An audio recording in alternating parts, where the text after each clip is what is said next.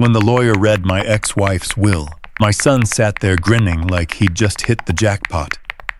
He gave me this look of absolute pity. The kind you give a stray dog right before you kick it out into the rain. "You're getting nothing, Dad." He leaned in and whispered, just loud enough for everyone to hear. "Not a single dime. Go back to your cheap rental." He wasn't wrong about the rental. On paper, I really was just a broke ex-husband.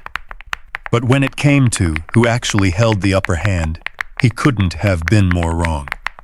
Because when the lawyer read the next line, the smile on my son's face vanished faster than his credit score. "My name is Thomas Blackwood. I'm 68 years old. This is the story of how I taught my ungrateful son a lesson. Showing him that the man who builds a bridge is the only one who knows how to tear it down completely." If you've ever been underestimated by your own family, hit that like button and subscribe to the channel. Drop a comment letting me know where you're watching from. I'd love to see how far this story reaches. The rain at the cemetery was freezing, but it had nothing on the look my son, Brandon, gave me when I tried to get close to the casket. He stepped right in front of me, blocking my path. "Front row is for family, Thomas," he said. He didn't call me Dad. He hadn't called me Dad in 5 years. Not since he decided that a retired engineer, living in a tiny apartment, didn't fit the shiny image he was trying to project as a rising marketing executive. He gestured with his leather-gloved hand toward the back of the crowd, past the business partners, distant relatives, and people who only cared about Catherine's money. "You can stand back by the gate," Brandon said. "Try not to embarrass us. Tiffany is live streaming for her followers." I looked over at Tiffany, my daughter-in-law. She was standing next to the grave, holding a black lace umbrella in one hand and her phone in the other, posing. She was actually posing next to my ex-wife's open grave, adjusting her angles to make sure her waterproof mascara gave off the look of perfect grief. I didn't argue or make a scene. I just nodded and walked to the back. I stood under an oak tree, watching them lower the woman I'd loved for 40 years into the ground. Catherine and I divorced 10 years ago, but it wasn't because we stopped loving each other. It was a business decision, a strategic move to protect her assets during a massive legal dispute that almost wiped out her commercial empire. We stayed legally divorced because it was safer, and we lived apart to keep up appearances. But every single Sunday, she would come over to my little apartment for coffee. Every major decision she made, she consulted me first. Brandon had no idea about any of this. He only saw the surface. He saw a multi-millionaire real estate mogul for a mother, and a father who drove a 10-year-old beat-up truck. When the service wrapped up and the crowd began to clear, Tiffany walked over to me, her high heels sinking into the wet grass. She didn't look sad at all, just impatient. She reached into her designer bag, pulled out a thick cream-colored envelope, and shoved it into my hands. "This is for you, Tom," she said. I took it. It felt heavy. I thought maybe it was a final letter from Catherine, something she had asked them to pass along to say goodbye. I opened it right there in the rain. It wasn't a letter. It was a legal document, a notice to vacate, an eviction order. I read the words, "You are hereby requested to vacate the property at 42 Oak Street within 72 hours. I looked up. Brandon was standing beside his wife, a faint sneer on his face. "That apartment is part of the estate now, Dad," Brandon said. "As the sole heir, I've decided to liquidate the property. You've got 3 days. 3 days. I felt the key to the apartment in my pocket. Years ago, Catherine had bought that small building under a shell company and let me stay there rent-free. Sis, it was our secret meeting place. You're evicting me at her funeral? I asked, my voice surprisingly steady. We're just ripping off the Band-Aid, Tiffany chimed in. Besides, that apartment is prime real estate. We can flip it and make at least $500,000. You understand business, right, Tom? Oh, wait. No, you don't. That's why you're broke. She let out a short, nasty laugh. Brandon placed a heavy hand on my shoulder, not out of affection, but as a show of dominance. Don't make this difficult, Dad. Mom is gone, and her handouts died with her. You have 3 days to clear out your stuff. If you're not gone by Friday, I'm calling the authorities. Hitate, and don't bother showing up for the reading of the will tomorrow. You'll just embarrass yourself. He patted my shoulder twice, then turned away. Let's go, babe, he said to Tiffany. We have dinner reservations. I watched them walk away, strutting like they owned the world. They climbed into Brandon's leased Porsche and sped off, splashing mud onto my shoes. I stood alone in the cemetery, looked at the eviction notice once more, and then glanced over at Catherine's headstone. Pulling out my old phone with its cracked screen, I dialed a number from memory. Mr. Prescott, I said. The sharp, decisive voice on the line answered immediately. Thomas, I take it they've made their move? Yes, I replied. They served me an eviction notice at the cemetery. There was a moment of silence, followed by a low chuckle. Classic Brandon, Prescott said. Is the plan a go for tomorrow? Green light, I said. Initiate phase 1. And Prescott? Turn up the AC in the conference room. I want them uncomfortable. I hung up and walked out of the cemetery. I didn't go back to pack. I walked into a small diner, ordered a black coffee, and sat there for 3 solid hours just thinking. I wasn't thinking about where I would live. I was thinking about a set of numbers burned into my memory. $28 million. That was the total value of Catherine's estate. But there were other numbers Brandon didn't know about. $2.4 million. That was the amount Brandon owed in gambling debts to 3 different operations in Las Vegas and Atlantic City. $450,000. That was the credit card debt. Tiffany racked up buying bags and shoes to maintain her image as an online socialite. And 100. The combined IQ ceiling of the two of them put together. They thought they were predators, completely unaware that they were just chewing on a foundation right before the entire structure collapsed on top of them. The next morning, I arrived at Prescott and Associates. It was a soaring glass and steel building. I wore my best suit. 15 years old, tight in the shoulders, and slightly frayed at the cuffs. I wanted to look every bit like the desperate, grieving ex-husband they expected to see. The receptionist didn't even want to let me in. Name? She asked without looking up. Thomas Blackwood. She checked her screen. I don't see you on the VIP list for the Blackwood estate reading. I'm not a VIP, I said. I'm the father. She sighed and picked up the phone. A moment later, Mr. Prescott walked out himself. Prescott was a legal shark in a 3-piece suit. He had been Catherine's lawyer for 30 years and knew where every single secret was hidden because he helped bury them. Let him in, Prescott said. I walked into the massive conference room, which featured a mahogany table built for 20 people. Sitting at the far end were Brandon and Tiffany, looking like they were at a party. Brandon held a glass of scotch. At 10 in the morning, while Tiffany scrolled on her phone with her feet up on the adjacent chair. When Brandon saw me walk in, he let out an exaggerated groan.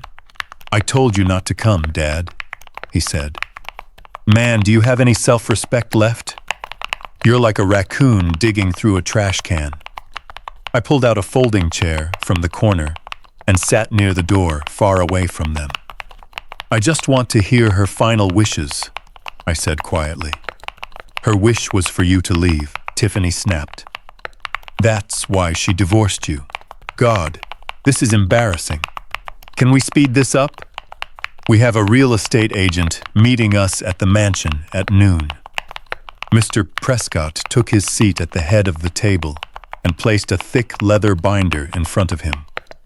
He adjusted his glasses, looked at Brandon, looked at Tiffany, and finally looked at me, his face set like concrete. We are gathered today to read the last will and testament of Catherine Blackwood. Prescott began, skipping the pleasantries and cutting straight to the assets. The estate includes the primary residence on Highland Avenue, valued at $4.5 million. The ski chalet in Aspen, valued at $3.2 million. The vintage car collection, valued at $1.8 million, as well as liquid assets, stocks, and bonds totaling approximately $18.5 million. The total estimated value of the estate is $28 million. Brandon let out a low whistle and clinked his Scotch glass against Tiffany's water bottle. 28 big ones, babe, he whispered. We're buying the yacht. Tiffany's eyes went wide, her whole body trembling with excitement. I could tell she was already spending the money in her head, probably picking out private jet interiors. Prescott cleared his throat. To my ex-husband, Thomas Blackwood, I leave. Nothing. Brandon slammed his hand on the table. Bam. You hear that, old man? Nothing. Zero. It's right there, in black and white. Tiffany laughed, her voice sharp and grating. You wasted your money even taking a cab here, Tom. You should listen to us. I sat in silence, hands folded in my lap, looking down at the floor as my shoulders slumped. Prescott waited for them to finish celebrating before turning a page. In the quiet room, the sound of the paper flipping echoed loudly. However, Prescott read, his voice rising slightly. Brandon froze, his glass hovering midair. However, Prescott continued. All assets, including all real estate, vehicles, and liquid accounts, are to be immediately transferred into the Catherine Blackwood Protective Trust. A trust? Brandon stood up. What trust? We never discussed a trust. I'm the executor. I'm her son. Sit down, Mr. Blackwood, Prescott said, his tone striking like a whip. Brandon slowly sat back down. This trust, Prescott read, is designed to ensure the long-term preservation of the estate. The beneficiary of this trust is Brandon Blackwood. Brandon let out a sigh of relief, slumping back into his chair. Okay. You scared me for a second. So the money is in a trust. Whatever, just sign the checks over to me. How do I make withdrawals? You don't, Prescott said. What do you mean? You cannot access the trust, Mr. Blackwood. The trust is a discretionary entity, meaning the assets are controlled entirely by a trustee. As the beneficiary, you have no direct access to the capital. You cannot sell the properties, you cannot withdraw cash, and you cannot leverage the assets for loans. You get only what the trustee decides to give you.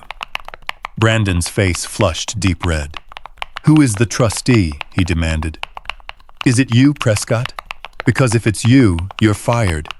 I'll hire my own lawyer, and we'll break this stupid trust in a week. It isn't me, Prescott said calmly. Then who is it? Tiffany shrieked. Who's controlling our money? Prescott closed the binder. He removed his glasses, reached out a single finger, and pointed toward the back of the room. Straight at the folding chair, straight at me. The sole trustee, with absolute and final authority over every single dollar, is Thomas Blackwood. Dead silence blanketed the room. It felt like all the oxygen had been sucked out. Brandon turned his head slowly, looking at me with an expression like he was trying to solve a physics equation written in a foreign language. Him? Brandon whispered in total disbelief. My dad? The guy who cuts coupons to buy cat food. Precisely, Prescott said. Your father controls the house you live in. He controls the car you drive. He controls the bank accounts. If you want to buy a pack of gum, Mr. Blackwood, you'll have to apply to your father for approval first. No! Tiffany screamed, jumping out of her seat. This is a joke. This is a sick joke. He's a loser. He's a broke nobody. Catherine hated him. Clearly, she didn't, I said. I stood up, pushed the folding chair aside, and straightened my posture. I was no longer slumping. Standing tall, I unbuttoned my frayed suit jacket and rebuttoned it neatly. Then, I walked up to the conference table. Brandon watched me approach, looking completely terrified. Dad, he stammered. Dad, listen to me. We were just joking around earlier. You know that, right? That eviction notice. It was just the stress, the grief. We all handle grief differently. I ignored him entirely, walking straight past him to the head of the conference table. Prescott stood up and yielded his leather office chair to me. Thank you, Arthur, I said. I sat down in the chair. It was comfortable and fit perfectly. I opened the binder, skipping the will itself, and turned to the second tab, labeled Liabilities. I put on my reading glasses. Not the cheap drugstore pair I wore in front of them, but my actual prescription glasses. Let's see what we have here, I said, pulling out a document. Brandon, I continued. It says here that you owe $1.2 million to the Emerald Casino in Las Vegas and another $800. Zalzozetto to a private lending syndicate in Chicago, a syndicate notorious for breaking kneecaps. And they certainly don't take payment IOUs. Brandon's face drained of color. How do you have that? I pulled out another sheet of paper. And Tiffany, I said.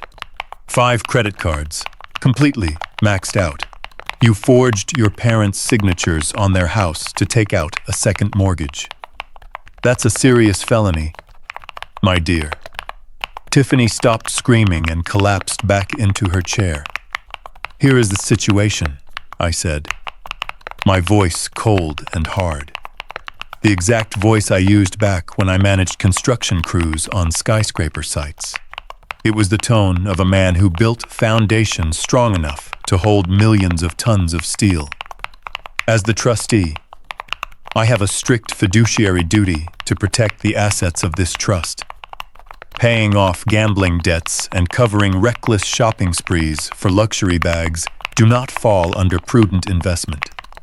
Dad, please, Brandon stammered. The guys in Chicago, if I don't pay them back by the first of the month, they said they're going to hurt me. You have to release the funds. It's $28 million. This is pocket change. Request denied, I said. What? Request denied, I repeated. I am not using a single cent of Catherine's money to bail you out of your mistakes. You can't do this, Brandon roared, slamming a fist onto the table. That's my money. That's my inheritance. It's my decision, I corrected him. Brandon's face contorted into something ugly. The face of a spoiled child who had never been told no. He lunged across the table, reaching out to grab my throat. I didn't flinch, and I didn't move an inch. Before he could lay a finger on me, 2 burly men in black suits stepped out from an adjacent office. I had hired them earlier that morning. One of them grabbed the collar of Brandon's expensive suit jacket and slammed him back into his chair. Sit down, the guard growled. Brandon gasped for air, looking back and forth between the guards and me.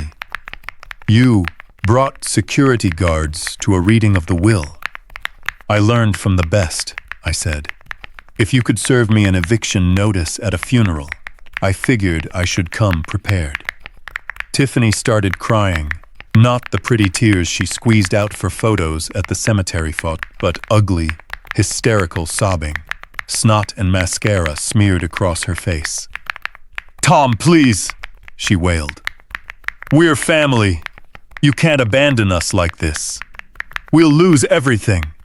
They'll take our cars, and they'll kick us out of our apartment." I leaned forward. "Speaking of evictions," I said, pulling a paper out of my pocket. "The notice they had handed me yesterday. I've decided to accept your terms. I'll be moving out of my apartment." "Good," Brandon said, rubbing his neck. "Good. At least you're being reasonable. However," I continued, "the mansion on Highland Avenue is now trust property, and I am the trustee. I've decided to conduct a full audit of the estate." "What does that mean?" Tiffany asked. "It means," I said, "that I'm changing the locks on the mansion today. You two have been staying there, rent-free, for the 6 months Catherine was in the hospital. That ends now." "You're kicking us out?" Brandon shrieked. "Where are we supposed to go?" I looked down at the eviction notice once more. "I hear there's a nice apartment on Oak Street opening up real soon," I said. "It needs a little work, smells a bit musty, but it's available in 3 days." I tossed the notice back across the table to him. "Rent is $2,000 a month, payable to the trust. Don't be late." Brandon stared at the paper, his hands trembling. I stood up. "Meeting adjourned," I said. I walked out of the office, with Prescott trailing right behind me. "That went well," Prescott said as we stepped into the elevator. "This is just the beginning," I replied. "Brandon won't back down," Prescott warned. "He's backed into a corner, and desperate people do foolish things." "I know," I said. "I'm counting on him doing something foolish." The elevator doors opened into the main lobby, sunlight streaming through the tall glass walls. "Let's head to the bank, Arthur," I said. "I want to check on my accounts, and then I'd like to buy a bottle of very expensive whiskey." "To celebrate?" Prescott asked. "No," I said. "To pour out on the ground for Catherine. She always hated the cheap stuff I drank." Over the next 3 days, I watched my sons collapse from a quiet distance. I checked into a hotel, nothing luxurious, just a clean place with room service. I needed an operational base. My phone blew up constantly.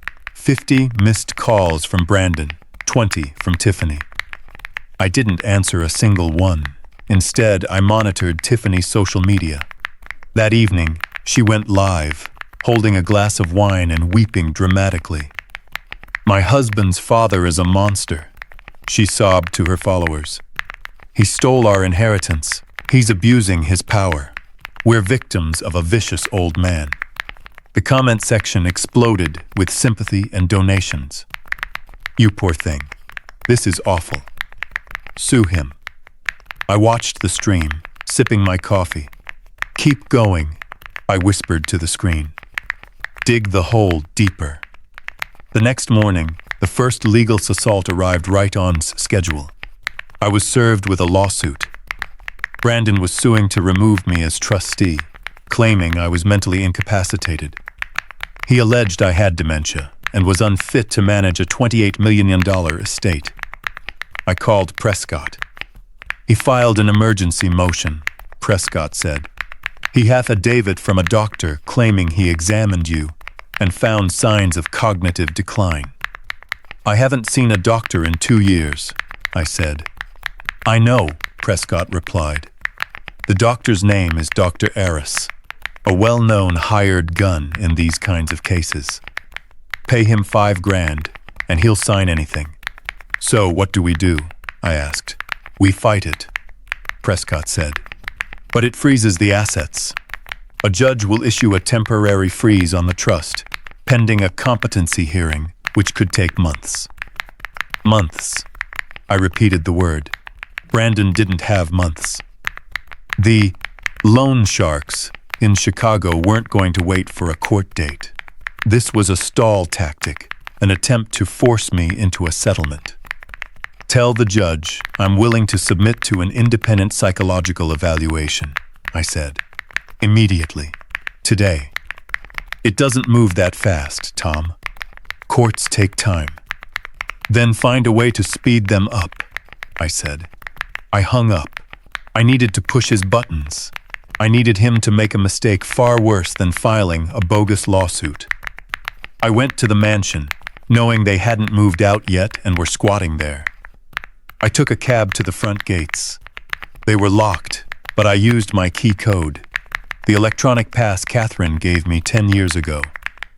It still worked, and the gates swung open slowly. I walked up the long driveway. The mansion was a colossal structure, 12 bedrooms, a swimming pool, a tennis court, a monument to excess. Brandon's Porsche was parked outside. I walked up to the front door, skipped knocking, and used my key. I stepped into the foyer. It smelled like stale pizza mixed with expensive perfume. Cardboard boxes were scattered everywhere, but they weren't packing to leave. They were selling things off. I saw price tags stuck onto antique vases, $5,000, $10,000. They were holding an illegal estate sale. I walked into the living room. Strays were browsing, picking up Catherine's crystal sculptures and inspecting them. In the corner, Brandon was taking cash from a man in a trench coat. Done, Brandon was saying. Give me the cash. What is going on here? I barked. The room went instantly silent. Brandon whipped around, looking like a deer caught in headlights. Dad? He stammered. What are you doing here? You can't be here. I'm filing a restraining order against you. I turned to the man in the trench coat, who was holding a landscape painting Catherine had bought in Paris. Put that down, I told him sternly. That is trust property. Buying stolen goods is a crime. The man looked at Brandon. You said this was yours. It is mine, Brandon shouted. This is my mother's house. The man set the painting down and took a few steps back. I don't want any part of this. He turned and walked out, and the other buyers quickly followed suit, sensing trouble. Get back here, Brandon screamed after them. Buy something or get out. He turned on me, his eyes bloodshot and unraveling. He clearly hadn't slept and seemed totally manic. You ruined everything, he yelled. I need this money. They're going to destroy me, Dad. Don't you get it? They're going to break my legs. Then maybe you shouldn't have gambled away money you didn't have, I said calmly. You're enjoying this, aren't you? Tiffany hissed, coming down the stairs. She was wearing one of Catherine's fur coats, far too big for her, making her look ridiculous. You've always been jealous, she sneered. Jealous of Brandon. Jealous of Catherine's success. You're just a low-level worker bee. You couldn't stand being around truly successful people. I looked at her. Take off the coat, Tiffany. Make me, she taunted. I didn't have to do a thing. In the distance, sirens began to wail. I had called the authorities on my way over. Brandon ran to the window. The police? You called the police? You're selling assets that don't belong to you, I said. That's theft. Given the value of that painting, it's grand larceny. Brandon panicked completely, looking wildly around the room. He grabbed a vase, a Ming Dynasty piece, worth $20,000. I'll smash it, he yelled hysterically. I'll smash everything. If I can't have it, nobody can. He raised the vase above his head. Go ahead, I said. Brandon froze. He had expected me to beg. Smash it, I repeated. It's fully insured. The trust will get the payout, and you'll add destruction of property to your rap sheet. Go on, son. Show me what you've got. Brandon's hands began to shake. He slowly lowered the vase, sank to the floor, and clutched it like a teddy bear, bursting into tears. Why do you hate me so much? He sobbed. I don't hate you, Brandon, I said softly. I'm trying to save you. Save me? You're destroying me. No, I said. I'm stopping you. For 10 years, you've been running on a treadmill of lies. You thought money was the answer to everything. It isn't. It's just fuel. If your engine is broken, fuel only makes you burn out faster. An officer knocked on the door. Police, open up. I stepped over and opened it. 2 officers stood outside. Mr. Blackwood, one asked. I'm Thomas Blackwood, the trustee, I said. These 2 are trespassing and attempting to sell stolen property. I want them removed from the premises. The officers walked in. Taking in the sight of Brandon collapsed on the floor, and the price tags on the furniture. Sir, ma'am, you'll need to come with us, the officer said. They didn't arrest them right then. It was still technically a civil dispute, but they were lawfully escorted off the property. I stood on the porch watching them get placed into the back of the police car and driven away. Tiffany was still screaming at the officers, claiming she had 1 million followers, while Brandon just stared blankly at me through the glass, looking like a hollow shell of himself. I locked the front door. I was all alone in the vast mansion. It was quiet, too quiet. I walked through the empty hallways, remembering when this house was full of life, recalling Brandon as a little boy running down these very stairs. Where did I go wrong? I asked the empty air. I knew the answer. I had given him too much. Catherine and I felt guilt outworking so much, so we compensated with gifts and money, making him believe the world owed him a comfortable life. Now, I had to teach him the hardest lesson of all. I went into the study, sat down at Catherine's desk, and opened the top drawer to reveal a hidden compartment. I knew where it was, because I had built the desk for her with my own hands 20 years ago. Unlocking the latch, I found a small notebook, Catherine's diary, along with a letter addressed to me. Tom T. It read, "If you're reading this, it means I'm gone, and it means Brandon did what we feared he would do. I tried to help him, Tom. I paid off his debts twice. I bailed him out, but he never learned. He only asked for more. You were always the strong, disciplined one between us. I need you to be strong one last time. Don't give him the money. Not until he hits rock bottom. Not until he understands what it means to earn a single dollar.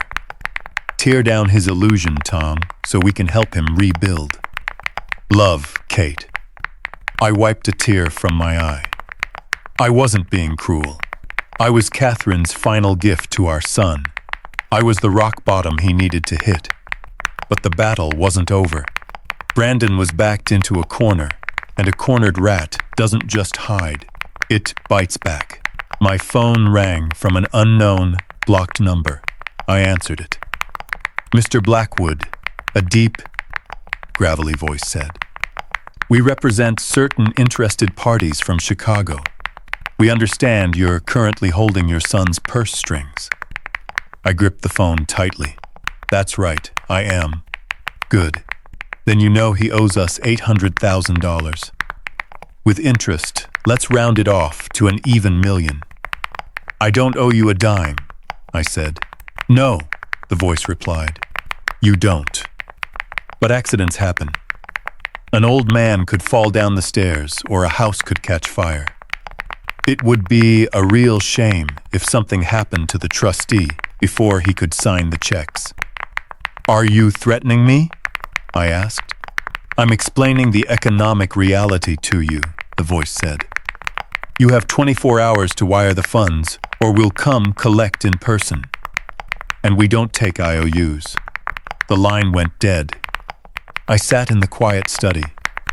Brandon had brought wolves right to my doorstep. I looked down at Catherine's letter. Be strong one last time. I picked up the phone and dialed Prescott. We have a problem, I said. What happened? The Chicago debt is my problem now. They just threatened me. Call the authorities, Prescott urged. No, I said. The authorities won't stop people like this. They'll just wait for things to cool down and come back. Then what do? We pay, I said. What? You just said. I'm not giving them Catherine's money, I interrupted. I'm buying the debt. I don't follow. I'm using my own savings, I explained.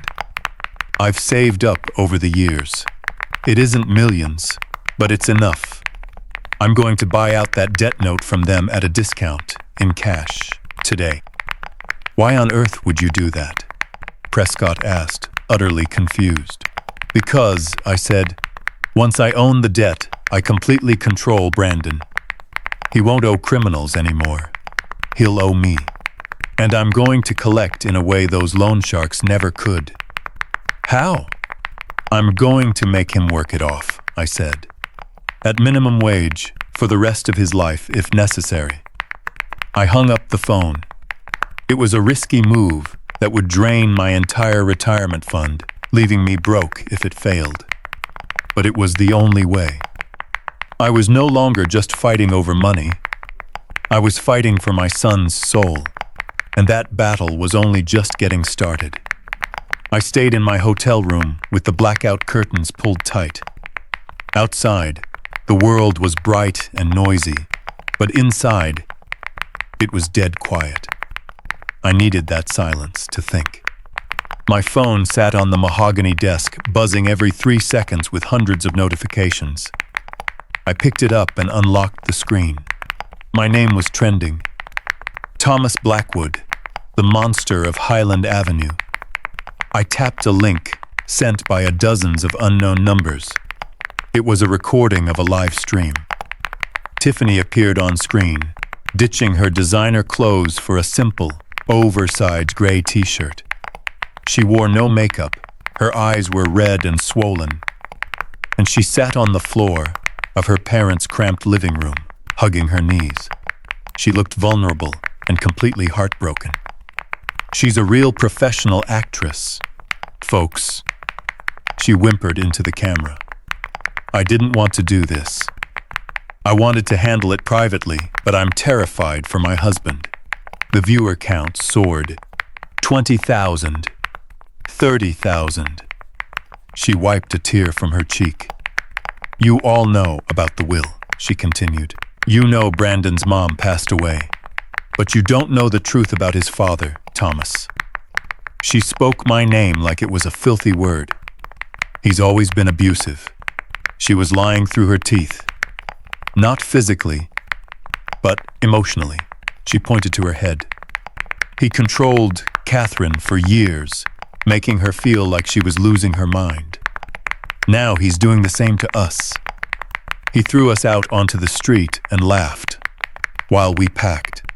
He's withholding the inheritance because he wants to watch us suffer.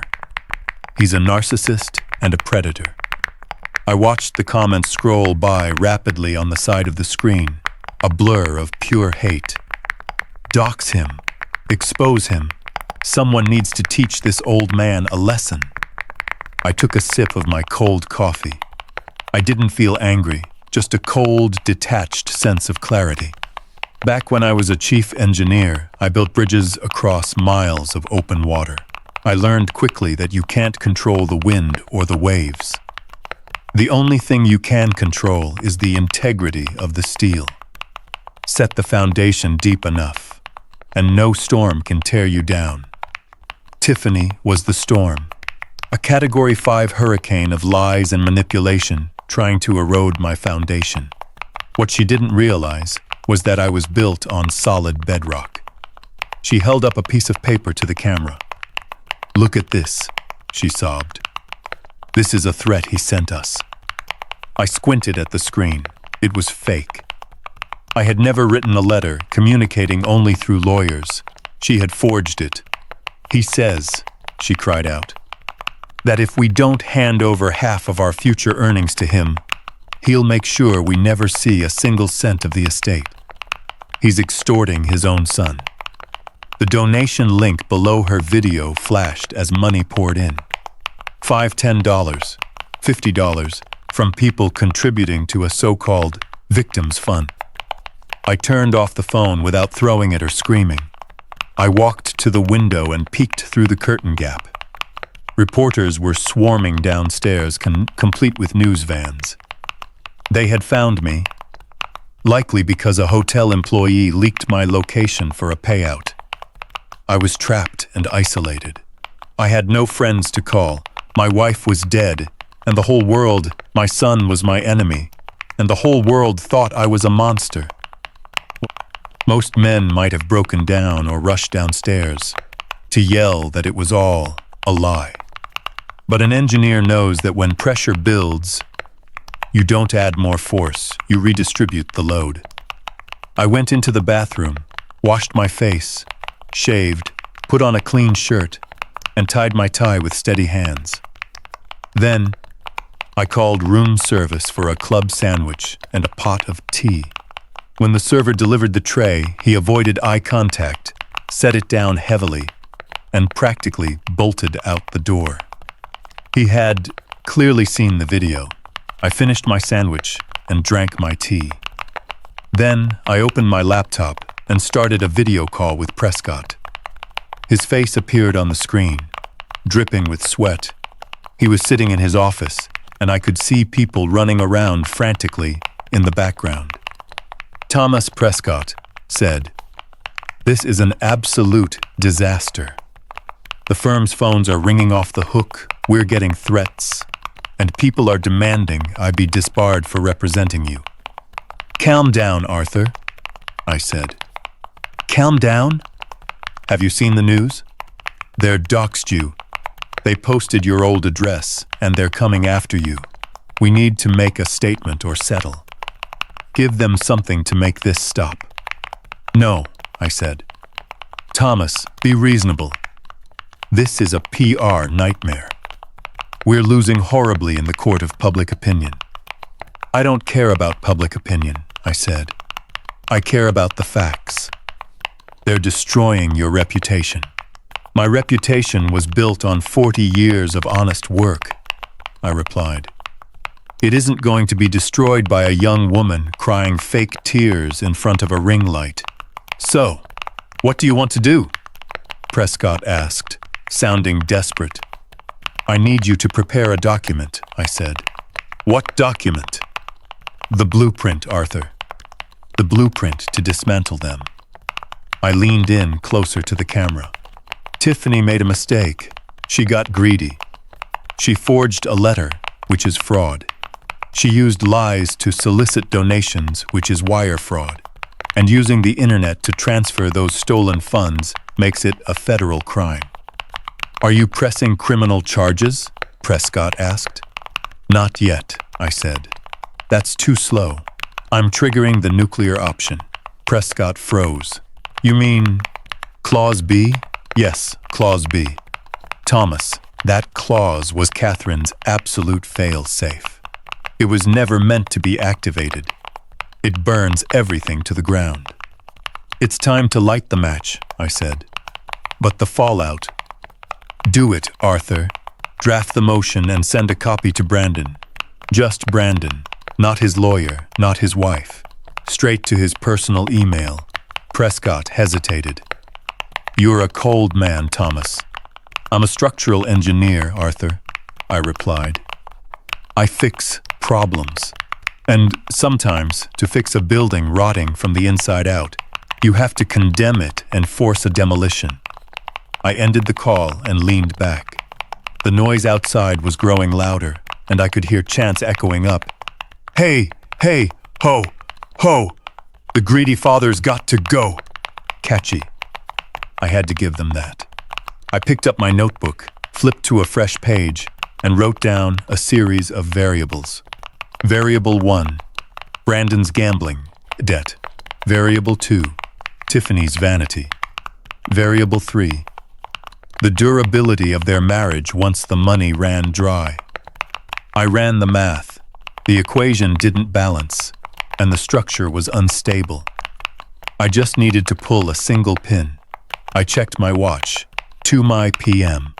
By 5 p.m., Brandon would get the email. By 6 p.m., the alliance between him and Tiffany would show its first cracks. And by tomorrow morning, the mob outside my window would be the least of their concerns. I poured another cup of tea and waited. Patience is a weapon, though most people don't know how to use it. They get restless, overreact, and explode. I simply waited for the concrete to set, for the steel to cool, and for my enemies to walk right into the trap I had built for them, all while they still thought it was a palace. A notification popped up on my laptop screen, a read receipt. Brandon had opened the email. I leaned back in the hotel room chair with the distant hum of the city echoing below. I could almost hear the victory cheers from across town. I pictured the scene perfectly. Brandon leaping off his in-laws' stained couch, knocking over a drink, screaming that the old man had finally broken and surrendered. Tiffany likely grabbed her phone right away to record a victory dance for her followers. They thought they had won. They thought public humiliation, lies, and pressure had crushed me, assuming I handed over the keys to the kingdom because I was too weak to fight. The email was simple. An official notice from the trustee. Pursuant to the beneficiary's emergency housing request and in accordance with Clause B of the trust agreement, Brandon Blackwood and his spouse are hereby granted immediate occupancy of the primary residence at 55 Highland Avenue. They didn't read the print, they never did. They only saw the address and the word granted. They didn't ask why Catherine had nicknamed that house the Gilded Cage. Nor did they ask why I, as a structural engineer, had adamantly refused to live there during the last 5 years of our marriage. They only saw a $4.5 million mansion, completely spellbound by the image of themselves living inside it. The move happened less than 24 hours later. I didn't even have to guess. I watched the whole thing play out in real time through the security cameras I still had access to. Sitting in my hotel room with a cup of tea, I kept my eyes on the live feeds. It felt like watching a reality show where people walked straight into a minefield, step by step. Brandon pulled up driving a rented moving truck, with Tiffany following closely behind in her convertible. She stepped out wearing oversized sunglasses and a white faux fur vest, looking up at the house like a queen, returning to her castle. From the outside, the property was breathtaking. A sprawling Victorian estate with stone towers and ivy creeping up the walls, radiating pure old money power. They went right through the front door, and I switched the camera angle to the foyer. "We made it!" Tiffany shrieked, her voice echoing off the empty hall as she spun around recording herself. "Look at this, everyone. We're finally home. The haters tried to stop us, but love wins." Brandon popped a bottle of champagne. "To us," he shouted. "To the good life." I took a sip of my tea. "Enjoy it while it lasts," I muttered softly. Temperature drops tonight. The first crack in their perfect world appeared 6 hours later. Once the sun went down, late autumn frost settled over the city. Built in 1902, the estate featured original single-pane windows, and its stone walls sucked the heat out of the air like a cold tomb. On the monitor, I saw Tiffany pull her coat tight around herself and say something to Brandon. He walked over to the thermostat on the wall and cranked it all the way up. Nothing happened. He tapped the dial and fiddled with it. I knew exactly what the problem was. The boiler in the basement was the original unit from a 1950s renovation, a temperamental monster that required a precise sequence of valve turns, pressure checks, and constant attention to keep its pilot light from blowing out. Catherine used to employ a full-time handyman just to keep that thing alive. I had fired him the day before. By midnight, they were wearing winter coats indoors. I watched them huddle under blankets on the antique sofa in the living room. The fireplace sat right in front of them, but they didn't dare use it. The chimney hadn't been swept in 3 years, and lighting a fire would have filled the room with thick smoke in 5 minutes flat. At 1 a.m., my phone rang. Brandon. I let it go to voicemail. He called again, over and over, until I finally answered. "Hello," I said, sounding groggy as if he'd woken me up. "Dad, the heat is out!" Brandon yelled into the phone. "It's freezing in here. You need to send a repairman right now." I sat up in bed and turned on the lamp. "I don't need to do anything, Brandon," I said calmly. "Did you ever bother to read the full text of Clause B?" "What?" "I don't care about Clause B. I care about the fact that I can see my own breath in the living room. Get someone to fix it." Clause B specifies that upon taking residency, the beneficiary assumes total financial responsibility for all maintenance, utilities, and upkeep. I recited from memory. The trust provides the asset. You provide the upkeep. "Are you out of your mind?" he stammered. "Not at all. You wanted the house, and you got the house. It's a historical landmark, Brandon, which means all repairs must be conducted by certified restoration specialists. You can't just hire a neighborhood handyman." "Dad, please. It's 40 degrees in here." "Then I suggest you put on a sweater," I said, "or pay to fix it yourself." I believe the last estimate for a complete boiler overhaul was $52,000. 52 grand? Welcome to homeownership, son. I hung up and switched the phone completely off. The next morning, the harsh reality of their triumph set in. Daylight exposed everything the dark had hidden. The house wasn't just cold, it was deteriorating. When Catherine bought the place years ago, she did so entirely for the value of the land, knowing the structure itself was a money pit. She originally planned to tear it down for condos before the Historical Society blocked her, leaving her to keep it vacant while doing only the bare minimum to keep it standing. I watched the security camera as Tiffany tried to take a shower in the master bath. She turned on the tap and a surge of muddy brown waters spurted out, coughing up rust. The old cast iron pipes corroded rapidly without regular use.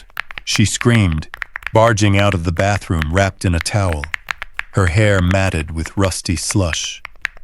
She started crying, not the polished tears she put on for her followers, but real tears of pure frustration. "This place is a dumpster," she screamed at Brandon. "You told me this was a mansion." "It is a mansion," Brandon shouted back. "It just needs a little work." "A little work?" "Brandon, there's mold in the closets. My designer shoes are completely ruined." I ordered room service breakfast and enjoyed the show. It was better than anything on television. The real trap, however, was the financial noose tightening around them. At noon, a courier arrived at the front gate and rang the intercom. Brandon went out to meet him, accepting a thick envelope. I hadn't sent it. It was from the county tax assessor. Since the property was now occupied, I had arranged for all official mail to be forwarded straight to that address. Brandon opened the envelope on the driveway. Zooming in with the camera, I saw his shoulders drop instantly. Property taxes on a $4.5 million historical estate in this county were astronomical. And, because the house was now occupied by the beneficiary for personal use rather than held for commercial development, Catherine's old tax exemption no longer applied. He was holding an $85,000 tax bill, due in 30 days. He walked back inside, looking like he had been punched in the gut. Stepping into the kitchen, where Tiffany was trying to boil water on the stove, because the electric kettle didn't work. He set the bill down. "We have a problem," Brandon said, tossing the paper onto the counter. Tiffany glanced at it, her eyes wide with shock. "Where are we supposed to get that kind of money, Brandon? We don't even have $5,000 right now." "Then we sell something," Brandon yelled. "A painting. Some of the silverware." "They can't sell a thing," I whispered to the monitor. Right on cue, my lawyer, Prescott, sent an email straight to Brandon's phone. I timed it to the minute. The email contained a detailed inventory reminder. Every single item in the house, from the oil paintings on the walls to the silver forks in the drawers, was formally cataloged as trust property. Any attempt to remove or sell those items would be treated as theft and a severe breach of the trust agreement, resulting in immediate eviction and potential criminal charges. I watched Brandon check his phone, read the email, and glance over at the antique sterling silver tea set on the counter. He grabbed a heavy silver spoon and threw it across the room, where it hit the stone floor with a sharp clatter. He was trapped, living in a museum he couldn't afford a ticket to, let alone maintain. Later that afternoon, the real sharks began circling. A black sedan pulled up outside the gate, and two men in suits stepped out. They didn't look like lawyers. They looked like collectors sent by the syndicate in Chicago. They pressed the intercom, got no answer from Brandon, and pressed it again. A long, angry buzz.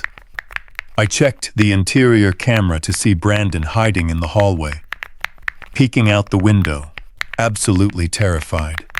He had promised his creditors a massive payout from his mother's $28 million estate. Now they knew he was hiding inside the mansion, and they clearly suspected he didn't have the money. The two men stood at the gate for 10 minutes. One took a photo of the entrance, while the other made a phone call. Then, they got back in their car and drove off slowly, not quitting, just making a tactical retreat to plan their next move. Brandon collapsed onto the stairs, holding his head in his hands. Tiffany sat beside him, offering no comfort as she scrolled through her phone, likely deleting comments, asking why she hadn't posted a mansion tour video yet. They were completely isolated, freezing, broke, and sitting in a $4 million trap that was slowly suffocating them. I closed my laptop. I had a meeting to attend with a very specific kind of broker. Brandon was about to make a desperate move. I knew my son well. When pushed into a corner, he didn't get smarter, he got reckless. He would try to use the house as leverage, attempting to secure a loan against the property, even if it meant forging my signature. I had to beat him to the punch, ensuring that when he reached for a lifeline, he grabbed an anchor that would drag him straight to the bottom instead.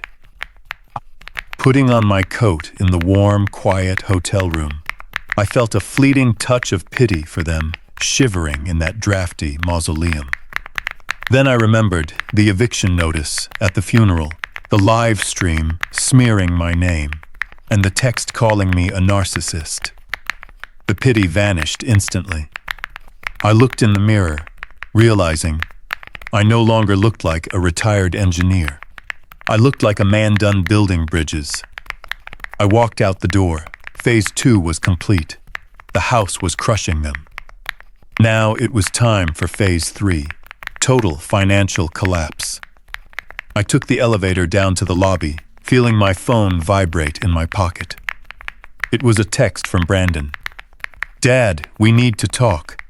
"It's an emergency," I didn't reply. Let him sweat it out, I thought. Let the cold seep into his bones, and let him learn that the warmth he took for granted his entire life was never free. Someone had to provide it, and that provider just quit. Back in my hotel room, I monitored the feed. It was pathetic.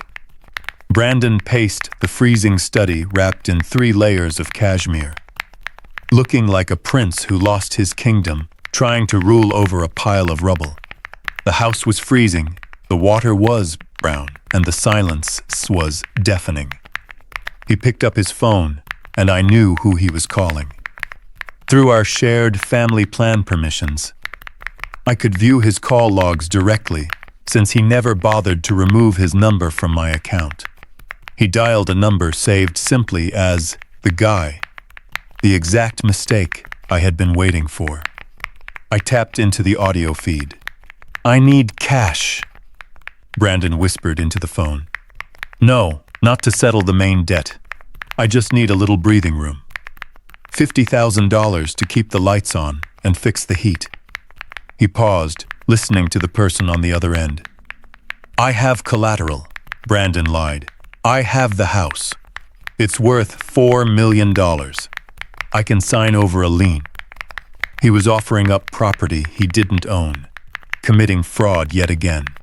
I disconnected. The audio feed picked up my phone and called the private syndicate in Chicago. The very men who had threatened me, holding the $800,000 tab for my son's gambling debts.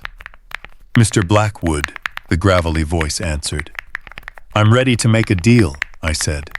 An hour later, I met them in the back of a downtown steakhouse. A cliché setting, but criminals tend to stick to tradition. There were 2 of them in ill-fitting, expensive suits, looking at me like I was a desperate father trying to save his son. They were wrong. I was a businessman acquiring assets. I placed a cashier's check on the table. "Here is $600,000. "He owes $800,000, one of them said. "Plus interest. Let's make it a flat million." "It's a bad debt," I said plainly. "You know it, and I know it. Brandon doesn't have a dime, and I have the trust locked down tight. If you eliminate him, you get nothing. If you sue him, you'll be sitting behind 50 other creditors." I pushed the check closer. $600,000. Right here, right now. Take the payout and transfer the debt note over to my holding company, or walk away empty-handed. The man looked at the check, exchanged a glance with his partner, and let greed win out over pride. Greed always wins. He took the check and signed the transfer papers I had prepared. "Pleasure doing business with you, Mr. Blackwood," he sneered. "Your son is an absolute loser. You're just throwing your money away." "I'm not throwing it away," I replied. "I'm investing in his education." I walked out of the restaurant with the signed document in my pocket. I now owned Brandon's worst nightmare. The syndicate wouldn't be breaking his legs, but I held absolute control over his financial future. Returning to the hotel, I opened my laptop. Brandon had turned to a local predatory lender in a 4th Street pawn shop to secure his $50,000 request. Accessing the records remotely, I saw the email confirmation pop up on Brandon's screen. He had agreed to a crushing 40% interest rate, signing a document, pledging items inside the mansion as collateral. He was selling off Catherine's legacy just to buy heating oil and take out food. I called the pawn shop owner directly, using my shell company name, Ironwood Financial, rather than my own. "I understand you just issued a high-risk loan to a Mr. Brandon Blackwood," I said. "Who is this?" the owner asked defensively. "I am the primary lien holder on all his assets. I lied seamlessly. Your loan sits behind mine. If he defaults, which he will, I will seize everything before you see a single cent. However, I'm willing to buy out your position right now. Full amount, plus a 5% fee for your trouble. The owner didn't hesitate, recognizing a bad risk when he saw one, and agreed to the deal on the spot. By 5:00 p.m. that afternoon, I became the sole owner of every piece of debt my son carried. His gambling debts, his new emergency loan, and even Tiffany's maxed out credit card balances, all purchased through Ironwood Financial. Leaning back in my chair, I felt a strange mix of power, tower, and sorrow. I completely owned my son, though he had no idea, still believing he'd pulled off a clever trick. I switched the camera feed back to the mansion. The atmosphere had shifted. The heat was fixed, with radiators clanking and hissing warm air into the once freezing rooms. Brandon sat on the living room floor, surrounded by expensive takeout bags, filled with sushi, lobster rolls, and champagne. He had borrowed $50 to fix the boiler, and spent the rest throwing a party for two. Tiffany was laughing, recording a video. "We're survivors," she shouted to her phone. "We went through a rough patch, but we're back on top. The haters can't keep us down." They were raising a toast with my money, celebrating over debt they could never hope to repay. I picked up my phone and sent Brandon a text from an anonymous number linked to Ironwood Financial. "Mr. Blackwood, T," the message read. "This notice is to inform you that all your outstanding liabilities have been consolidated and acquired by Ironwood Financial. Your first payment of $15,000 is due in 48 hours. Failure to pay will result in immediate asset seizure." I stared at the screen as Brandon's phone vibrated. He picked it up and read the message. The lobster roll dropped right out of his hand. He handed the phone to Tiffany, and her laughter stopped instantly. Seeing the camera was still recording, she panicked and abruptly ended the live stream. "Who is Ironwood Financial?" Tiffany shrieked. "I don't know," Brandon stammered. "I don't know. But they bought the Chicago debt and the pawn shop debt. They bought everything." $15,000 in 2 days? Tiffany screamed. "We just spent $3.00 on dinner and wine."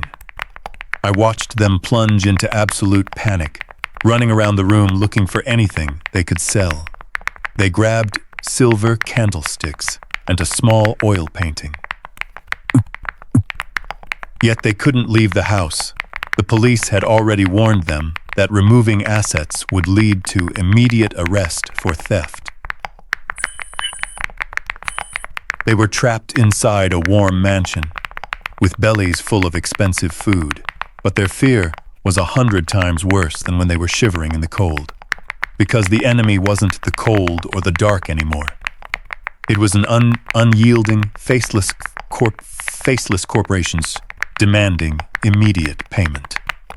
I closed my laptop, needing to get some sleep before a busy day ahead, preparing foreclosure documents.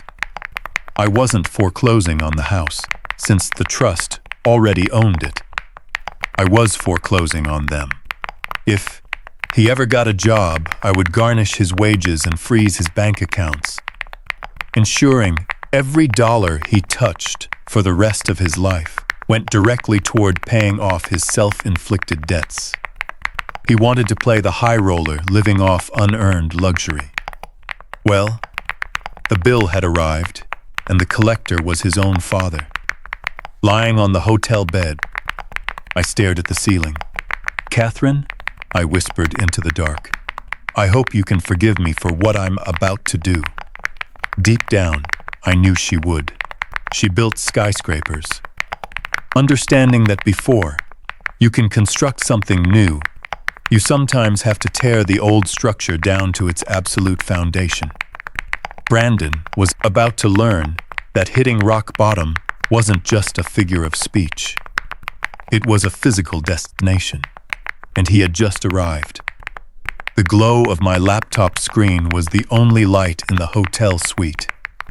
I sat in the dark, sipping water, watching the final act of my son's moral collapse play out on the monitor. The audio feed from the mansion was crystal clear. I could hear the cold wind rattling the ancient window panes, right along with the frantic tapping of Tiffany's nails against the granite kitchen counter. They were completely out of options. The notice from Ironwood Financial demanding that first payment pushed them over the edge. They were no longer searching for money. They were looking for a way to reset the board entirely. They needed to make the trustee disappear. I watched Brandon pace nervously across the study floor, looking haggard and unshaven for 3 days straight. "We don't have a choice," Tiffany whispered, wrapped in a blanket, her face pale. "He's going to ruin us, Brandon. He bought the debt, he controls the house, and he's going to put us on the street. We have to trigger the medical plan." I leaned in closer. This was it, the exact moment they crossed the line from greedy kids to full-fledged criminals. Brandon stopped pacing and looked at his wife. "Doctor, Aris wants $50,000 in cash," Brandon said. "We gave him the absolute last of our credit card cash advances. If this doesn't work, we're finished." "It will work," Tiffany insisted. "He forged the medical file yesterday. Acute delusional disorder with violent dementia. He backdated the records 6 months to create a paper trail showing your father's mental state deteriorating. Once the authorities see that file, they won't even ask questions. They'll take him away immediately. And once he's placed in a facility," Brandon added, a touch of strength returning to his voice, "Aris will keep him heavily sedated. We apply for emergency guardianship, reclaim control of the trust, and pay off Ironwood Financial." It was a meticulous plan, vicious, cruel, and completely illegal, but thorough. If I were truly just a broke, helpless old man, it would have worked flawlessly. I would have woken up in a padded room with no idea how I got there. Except I wasn't just an old man. I was the man listening to every single word. Picking up my phone, I texted a contact saved simply as medic. "Moving tonight." "T," I typed. "Be ready then." I waited. 2 hours later, a heavy pounding rattled my hotel door. Not a polite knock, but an authoritative demand to open up. I stood up, straightened my jacket, checked my reflection to ensure I looked calm and composed, and opened the door. The hallway was packed. Brandon stood at the front, putting on the performance of his life with tears in his eyes and hands wringing together nervously. "Dad, please," he choked out. "Open up. We just want to help you." Right behind him stood Dr. Aris, a short, sweaty man in a cheap suit, holding a clipboard like a shield, whom I recognized from the photos Prescott showed me. Behind them stood 2 uniformed police officers, alongside 2 paramedics pushing a gurney. "Mr. Blackwood." One of the officers stepped forward. "We received a report indicating you pose a danger to yourself and others. We have an emergency psychiatric evaluation order." I looked at the young officer, who was simply doing his job based on the lies he'd been fed. "Officer," I said calmly, "I'm sitting in my hotel room drinking tea. Does this look dangerous to you? He's hiding weapons." Tiffany screamed, shoving her way through the group. "He told us he has a firearm. He said he was going to hurt us, and then himself. He's hearing voices." The lie was so bold, it was almost impressive. Dr. Aris stepped up, waving his clipboard. "Officer?" "I'm Dr. Aris, the family physician. Mr. Blackwood has a documented history of paranoid schizophrenia and early onset dementia. He's been off his medication for weeks and is in an acute psychotic state. If we don't sedate him now, he could snap at any moment. I looked directly at Eris. I've never met you before in my life, I said. You see? Eris shook his head, looking pitifully at the police. He doesn't recognize me. He's wiped out his memories from the last 5 years. It's dementia, progressing faster than we thought. Brandon stepped into the room, reaching out as if to hug me, but I took a step back. Dad, please, Brandon wept. Go with the doctors. They'll take care of you. I can't bear watching you suffer like this when you're seeing things that aren't there. I stared deep into my son's eyes, searching for a hint of hesitation or a flicker of guilt. There was nothing. Just cold, ruthless calculation. He was genuinely willing to lock me away in a chemical prison for the rest of my life, just so he could buy a yacht. In that moment, I realized the son I once loved was gone, replaced long ago by this hollow shell. I turned to the police. I'll go with you, I said quietly. I don't want to make a scene. He's resisting, Tiffany yelled. He has a knife in his pocket. Grab him. The officers tensed up instantly, one placing a hand on his holster. Ma'am, step back, the officer ordered. I raised my hands slowly. I'm unarmed, I said. You can search me. The officer patted me down, finding only my wallet, phone, and a small notebook. No firearm, no knife. He's hallucinating, Dr. Eris covered quickly. He probably thought he was holding a knife. For his own safety, we need to restrain him. The officer looked skeptical, but holding a signed medical order, he nodded to the paramedics. Restrain him, he said. 2 paramedics stepped forward. One was tall and broad-shouldered, wearing a mask covering most of his face. He gripped my arm firmly but gently, and I caught a glimpse of his name tag. Davis, he was my man. Davis guided me down onto the gurney, clicking the leather straps across my wrists with efficient, practiced movements. I'm sorry, Mr. Blackwood, Davis said, his voice muffled by the mask. This is for your own good. He secured the straps around my ankles as well. Brandon let out a long sigh of relief that sounded like air escaping a tire, wiping away his fake tears.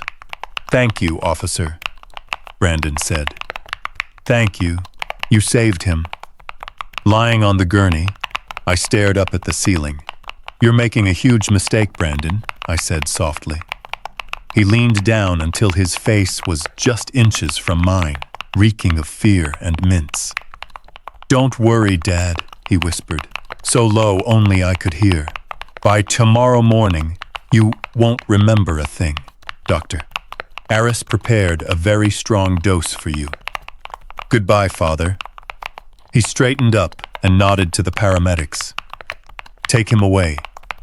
They wheeled me out through the service elevator down to the lobby, which was packed with onlookers, watching the fallen millionaire get hauled off to an asylum. They loaded me into the back of the ambulance, with Dr. Eris climbing into the front passenger seat, while Davis and the other paramedic stayed in the back with me.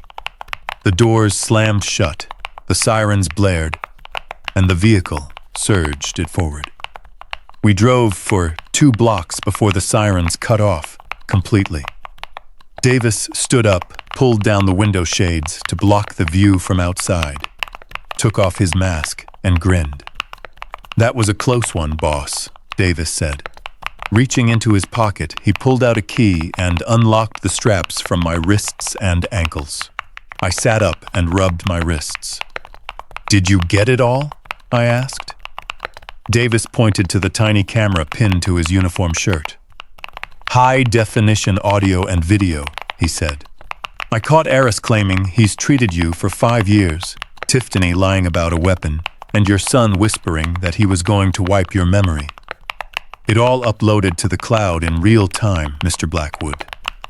I looked toward the front of the ambulance where Dr. Aris sat with the driver. Does the driver know? I asked. The driver is my cousin, Davis replied. As for Aris, he thinks we're heading to his private clinic in the county. He's sitting up front, counting his $50,000 in his head.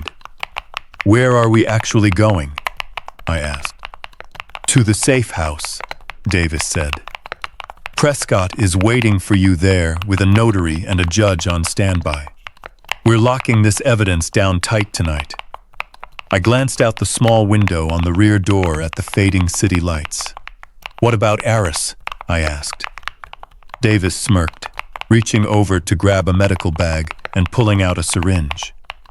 The driver is pulling over in 5 minutes claiming mechanical trouble, Davis said. We'll offer the good doctor a bottle of water. He looks thirsty. When he wakes up, he'll be sitting in a police precinct with a typed confession waiting for his signature. I nodded. It was ruthless, but necessary. We pulled into a side alley, the back doors opened, and I stepped out a free man. Aris was fast asleep against the passenger window. I walked over, grabbed the clipboard from his lap, and glanced at the forged medical file, a masterclass in fraud. I left the clipboard right there as key evidence. Take him to the precinct, I told Davis. I watched the ambulance drive away, standing alone in the alley as I took a deep breath. My son thought I was strapped to a bed, drooling my way toward a chemical lobotomy. He believed. The board was clear and that he had won. He was about to start celebrating, spending money he didn't have, selling assets he didn't own, and getting careless. I pulled my phone out and called Prescott. Phase 3 complete, I said. I've gone underground. Wonderful, Prescott replied. Brandon just updated his status on social media, heartbroken but relieved. Dad is finally getting the help he needs. He's celebrating, I said. Indeed, Prescott confirmed. He just scheduled an auction at the mansion tomorrow night to publicly liquidate the entire antique collection. An auction, I repeated. Illegal, unauthorized, and completely public. The ultimate proof of crime, I said. I looked out at the city skyline. Let him sell, I said. Let him gather the buyers, stand on that stage, and feel like the king of the world. I'll be there, Prescott.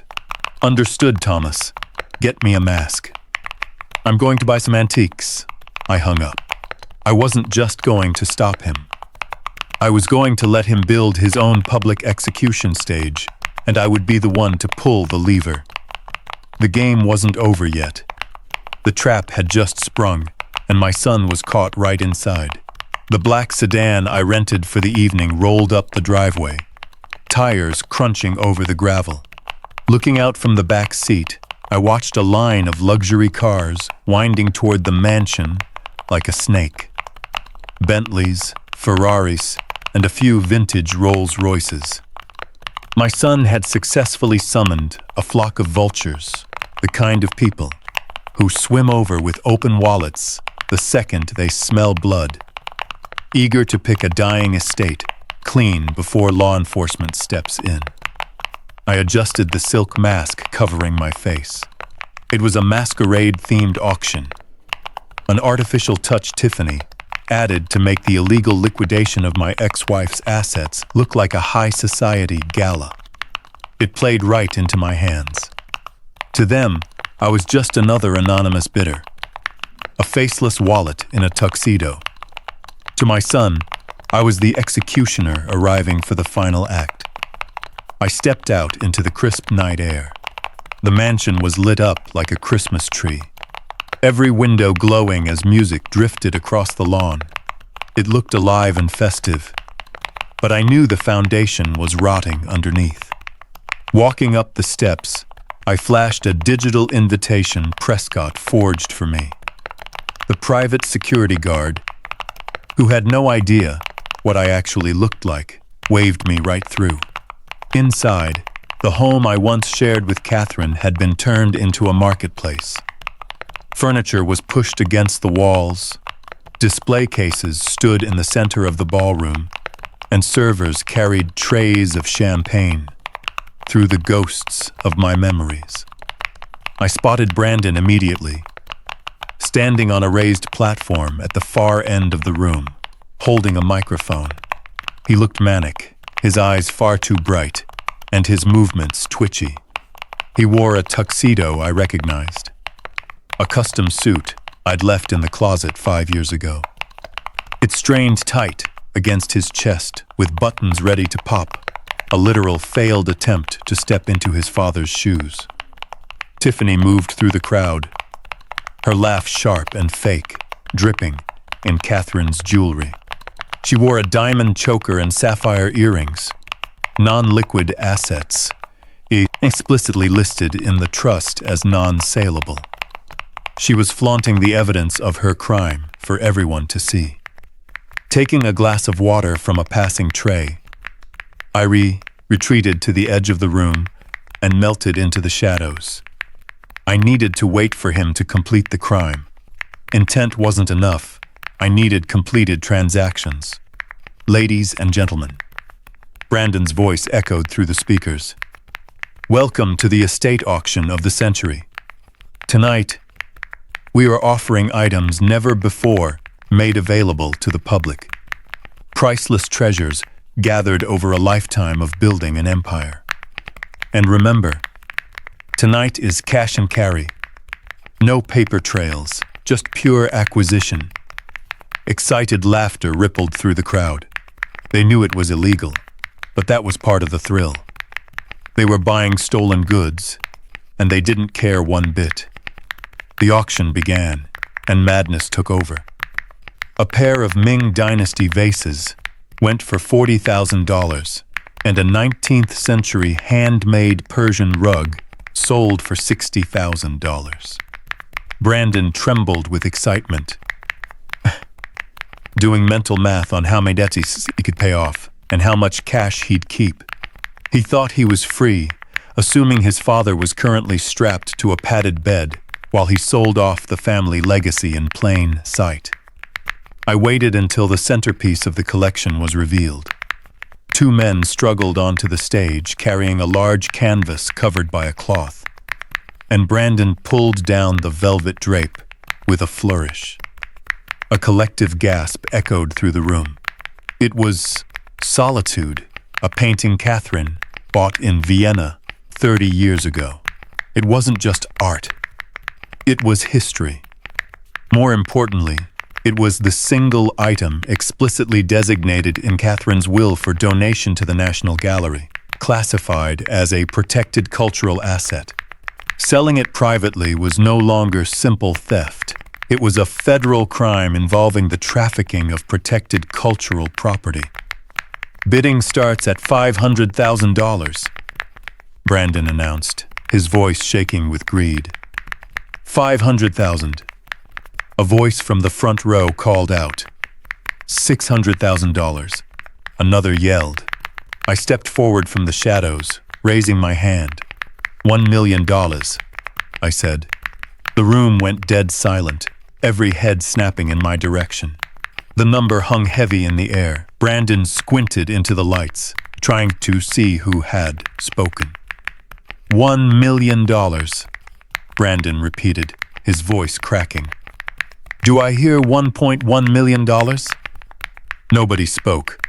$1 million for a hot painting was far too high, even for this crowd. Going once for $1 million, Brandon said, sweat glistening on his forehead. Going twice, sold to the gentleman in the black mask for $1 million. The gavel slammed down with a sharp crack that echoed like a gunshot. The crime was complete.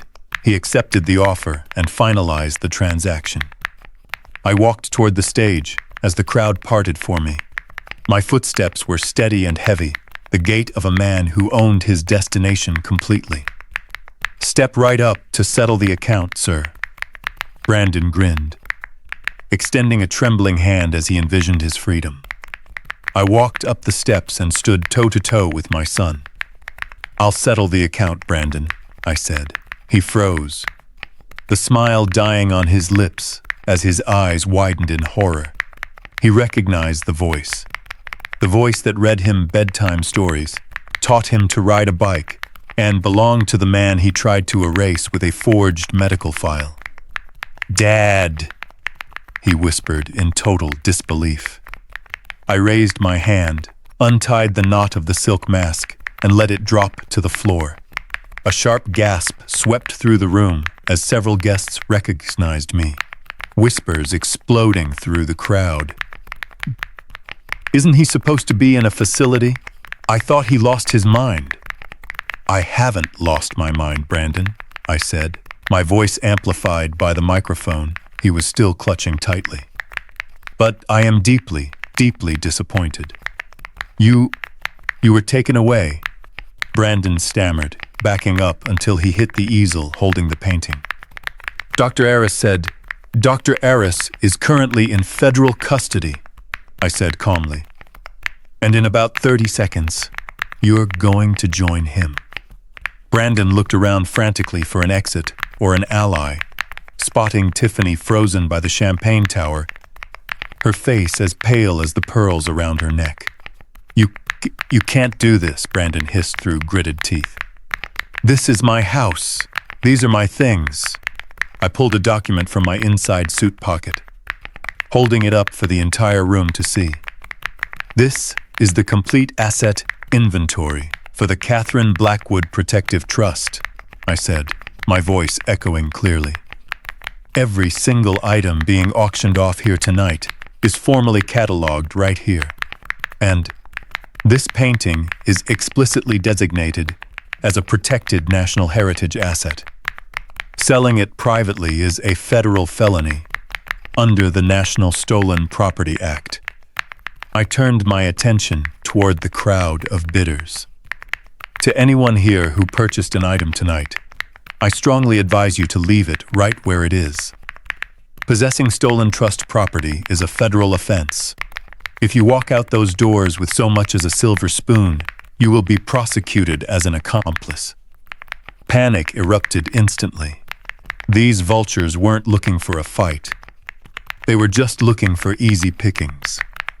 They dropped antique vases onto tables, abandoned historic rugs on the floor, and shoved past one another as they scrambled frantically for the exits to flee the crime scene.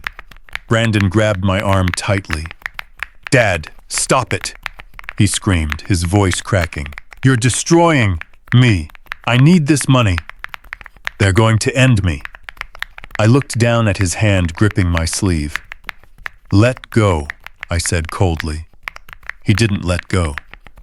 Instead, his grip tightened, his eyes darting around with wild desperation as his other hand reached into his pocket. I didn't know if he was reaching for a weapon, and frankly, I didn't care. Suddenly, the stained glass windows at the front of the hall shattered inward. Flashbang grenades detonated in the foyer with blinding flashes and deafening cracks, filling the air with dense, acrid smoke. "FBI! Nobody move!" On the ground, Prescott hadn't just called local law enforcement. He'd brought in a federal task force specializing in art theft and major financial crimes. The investigation into Dr. Aris and his forged medical records had unraveled the whole scheme, leading agents straight to the mansion. Heavily armed tactical officers flooded the room. Brandon let out a frantic shriek and spun around to run. But he made it only 3 steps before an agent tackled him hard to the floor. I watched my son hit the parquet flooring, the very floor I had laid with my own hands 20 years ago. They yanked his arms behind his back and secured his wrists with heavy plastic flex cuffs while he thrashing and wailing like a throw tantrum child. His face, pressed flat against the wood. Tiffany tried to blend into the fleeing crowd and slip through a side exit, but an agent was already waiting at the door. "Mrs. Blackwood," the agent said coldly, "we have a warrant for your arrest for conspiracy to commit fraud and identity theft." They slapped handcuffs on her wrists, the diamonds on her neck flashing mockingly under the tactical flashlights. I stood alone on the raised platform, next to the priceless painting as the room cleared out, leaving only federal agents, handcuffed suspects, and me. An agent stepped toward me. "Mr. Blackwood?" he asked. "I'm Thomas Blackwood," I replied. "I'm the trustee. We've secured the perimeter, and the suspects are in custody. We'll need a formal statement from you shortly." I looked over at Brandon as officers hauled him up from the floor. He was sobbing uncontrollably, snot smeared across his face as he caught my eye. "Dad, help me. Tell them this is a mistake. Tell them I didn't know." I stepped down off the stage, walked up to him, and leaned in close. "I can't help you, Brandon," I whispered softly. "The trustee has denied your request." "You monster!" he screamed hysterically as they dragged him toward the exit. "You set me up! You planned this whole thing!" "I didn't set you up, son," I called out to his retreating back. "I just let you be yourself." The heavy oak doors slammed shut, plunging the mansion into total silence once again. I looked around at the wreckage, upturned chairs, spilled champagne, and shattered glass. The hollow remains of a life built entirely on greed. Prescott stepped in through the side entrance, flanked by 2 agents. "It's over," Prescott said. "Is it really?" I asked softly. He nodded. "They're facing at least 20 years. The federal art theft charges are airtight, coupled with major fraud and attempted kidnapping stemming from the scheme to put you away. They won't be seeing the light of day anytime soon." A wave of crushing exhaustion washed over me. It didn't feel like a victory, just a heavy gray weariness. "I need a drink, Arthur," I said. I walked over to the corner bar, found the bottle of 18-year-old single malt Brandon had been drinking earlier, poured 2 glasses, and handed one to Prescott. "To Catherine," I said. Prescott clinked his glass against mine. "To Catherine." I drank it down in one gulp, letting the burn in my throat anchor me to reality. But just as the warmth spread through my chest, my phone vibrated in my pocket. It was a text from Tiffany, sent in a hurry, right before the agents confiscated her phone. I stared down at the screen. "You think you won. Te," she wrote. "You don't know the half of it. Check the safe in the master bedroom. Brandon didn't just sell the art. He sold the only thing you actually cared about." I stared at those words. The safe. That was where Catherine kept her private diaries and the letters we wrote to each other when we were young. They carried 0 monetary value. But to me, they were worth more than the entire estate put together. I bolted up the stairs, no longer feeling like an old man, driven by a surge of cold panic. I burst into the master bedroom. The heavy steel door of the safe was swung wide open, completely empty. They had sold my memories. I collapsed onto the edge of the bed. I had won the war and dismantled my enemies. But looking into that empty steel box, I realized there are no true winners in a war between a father and his son. Only survivors. I survived, but the price kept climbing. The quiet following the mansion raid didn't last long, and I knew it wouldn't. While federal charges carried massive weight, the legal machine moves slowly, and bail bondsmen are always hungry for business. 3 days after I watched my son and his wife dragged away in handcuffs, they were back on the street. They had surrendered their passports and wore heavy electronic monitoring ankles. But for the moment, they were free.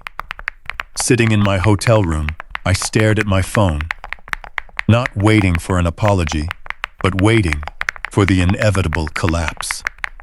Pressure does strange things to structures built out of code violations.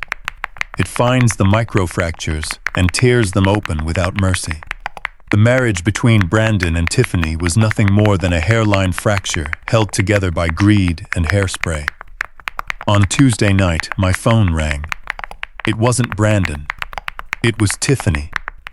I answered on the first ring, saying nothing and just listening. "Tom," she whispered, her voice trembling violently, stripped of the dramatic flair she put on for her social media followers. It was pure, unfiltered fear. "Tom, I need to see you alone. Please, don't tell Brandon." I glanced at the recording equipment I had set up right beside my phone. "Why would I meet with you, Tiffany?" I asked. "You just tried to sell off my family's legacy to the highest bidder." "Because I can give you Brandon," she said plainly. The statement hung in the air, cold, sharp, and precise. I picked a location, a small diner on the edge of town, far away from the country clubs and her social circle. It was the kind of place where truck drivers ate meatloaf at the counter, and nobody cared who you were or what designer brand you were wearing. I arrived 10 minutes early, sat in a back booth, and ordered a black coffee. Tiffany walked in wearing a hoodie and jeans, looking tiny and completely ordinary. The expensive diamonds were gone, confiscated as evidence, and her arrogance had evaporated, leaving behind a woman terrified by the prospect of a long prison sentence. She slid into the booth across from me without ordering anything, her hands tightly clutching a glass of water like a lifeline. "He's lost it, Tom," she blurted out immediately, her eyes darting nervously around the room. "Brandon's out of his mind. He's blaming the whole thing on me, telling his lawyer I planned the auction to set me up." I took a sip of my coffee, saying nothing and letting the silence stretch.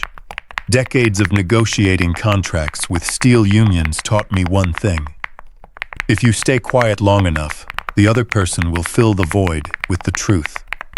"I didn't know about the forged medical records," she claimed, the words pouring out in a frantic rush. "I didn't know he forged your signature on those loan documents. I thought he had your permission, that he was managing the trust. Legally, I was just a supportive wife standing by her husband." It was a lie, and I knew it. I held clear audio recordings of her and Brandon mapping out the competency hearing, knowing she engineered at least half of their schemes. I simply gave a slow nod. "Go on," I said. "I can testify," she whispered, leaning across the greasy table toward me. "I can tell the federal agents everything. I know where he hid the cash from the early sales, and I know the details of the offshore accounts he tried to set up. I can give them a map to bury him completely." "And what do you want in return, Tiffany?" I asked. "I want out," she said. "I want you to talk to the prosecutors, tell them I'm cooperating, and help me get a plea deal with immunity." She hesitated, her greed lingering behind her fear like a shadow. "And I need money," she added. "Just enough to start over, $50,000. It's nothing to you now with tens of millions in the trust. Give me $50,000, and I will hand you your son on a silver platter." I stared at her. The woman who stood at an altar promising to love and cherish my son, who lived in my home, ate at my table, and called me dad whenever she wanted a new car. She was selling out her husband for the price of a mid-sized sedan. "You're offering to destroy Brandon to save yourself," I clarified. "You're offering to send the man you married to federal prison so you can walk away clean. He's going to prison anyway," she snapped, her voice rising sharply. "Why should I go down with him? He's a complete failure, Tom." You know he is. He's never earned a single dollar on his own, and he gambled our entire future away. He dragged me into this mess. I'm the victim here. Reaching into my pocket, I pulled out my phone and set it face down on the table. So that's your final offer? I asked. You trade Brandon for $50,000 and a good word with the prosecutor? Yes, she said firmly. Yes, just give me the money. I picked up the phone and tapped the screen to stop the recording app. I didn't bring any money, Tiffany, I said. Her face drained of color. What? What do you mean? I didn't say anything, I corrected her. I just listened, and I think I've heard enough. I stood up, tossing a $5 bill on the table to cover the coffee. You're a witness, Tom, she hissed, grabbing my sleeve tightly. You heard what I said. We had a deal. We didn't have a deal, I said, pulling my arm firmly out of her grip. We just had a conversation. And now, I'm going to share it with the only other person who needs to hear it. I walked out of the diner into the cool night air, feeling relieved to leave the stifling hostility of that booth behind. Sitting in my car, I opened the audio file, made a quick edit to remove the silent pauses, and isolated her voice, her betrayal, and the price tag she put on her husband. I saved the file, pulled up my messages, found Brandon's contact info, me, knowing he was staying at a cheap motel near the airport under court restrictions while barred from the mansion, and attached the recording. She thinks you're only worth $50,000, son. I typed out. Thought you should know. I hit send, watching the progress bar complete. Starting the engine, I didn't drive off immediately, choosing to wait instead. 5 minutes later, my phone buzzed with a call from Tiffany, which I sent straight to voicemail. Then of frantic explicit curses. A string of frantic explicit curses. She's dead to me. I set the phone down. The alliance was shattered. The two people who conspired to ruin my life were now officially at war with each other, with no energy left to target me as they tore at each other's throats. Driving back to the hotel, I felt a heavy weight in my stomach. Not guilt, but the sobering weight of total finality. I had severed their last bond, ensuring that when they went to court, they would hire separate defense attorneys, offer conflicting testimonies, and destroy each other's credibility on the witness stand. It was the most effective legal strategy money couldn't buy. And it cost me only a $5 cup of coffee. Yet, driving through the city streets, I couldn't help but recall their wedding day, remembering the way Brandon looked at her as she walked down the aisle, so happy and convinced of his future. He didn't realize he was marrying a mercenary, just as I hadn't realized I was raising an irredeemable fool. I parked, headed up to my room, and made one last call to Prescott. Arthur, I said, I just sent you an audio file. Got it, Prescott replied. That's brutal, Thomas. It's necessary, I said. Forward it to the district attorney. Tell them Ms. Dawson approached me attempting to solicit a bribe in exchange for testimony. It speaks directly to her character and kills any plea deal she tries to negotiate. You're ensuring she goes down right alongside him, Prescott noted. She was the one who engineered the facility plan, Arthur, I reminded him. She wanted to lock me away for the rest of my life. I'm just returning the favor. Understood, Prescott said. I'll file it first thing in the morning. I hung up, poured a glass of water, and noted my steady hands. The house of cards had completely collapsed. Now I just had to sweep up the debris. Yet I knew my son. Brandon was weak, but he was also deeply impulsive and destructive. He had lost his unearned wealth, his freedom, and now his wife's loyalty. He had nothing left to lose. And a man with nothing left to lose is the most dangerous creature on earth. Walking to the hotel room door, I checked the deadbolt, fastened the security latch, and wedged a heavy wooden chair firmly under the handle. It was an old survival instinct. I had a feeling I'd be needing it real soon. Brandon wouldn't accept defeat quietly. He was going to blow up, and I was sitting right at the center of the blast radius. The next day, I sat in a leather chair in Arthur Prescott's 42nd floor office. From up here, the city looked small and manageable, and I wished my life felt the same way. Prescott paced nervously back and forth, clutching a tablet, his face pale. "Thomas, have you seen the news?" he asked. I shook my head. I didn't want the news. I just wanted to sign the final trustee affidavits and sleep for a week. Brandon went back to the motel. Prescott's voice trembled. He put Tiffany in the hospital. I froze, my pen hovering over the paper. "Is she alive?" I asked. "Critical condition," Prescott said. "A fractured jaw and broken ribs. He beat her brutally. Thomas left her half dead and fled. Law enforcement issued an all-points bulletin. He's armed and extremely dangerous." I set the pen down slowly. "He isn't running," I said. Prescott looked at me in shock. "What?" "He isn't running," I repeated. "He has nowhere to go. No money, no passport, no friends." "Then where is he?" "He's on his way here," I said. "How do you know that?" "Because he thinks I'm the root cause of all his pain." I stood up, looking out the window at the city below. "He thinks if he cuts off the head of the snake, the body stops fighting. He's coming to end this."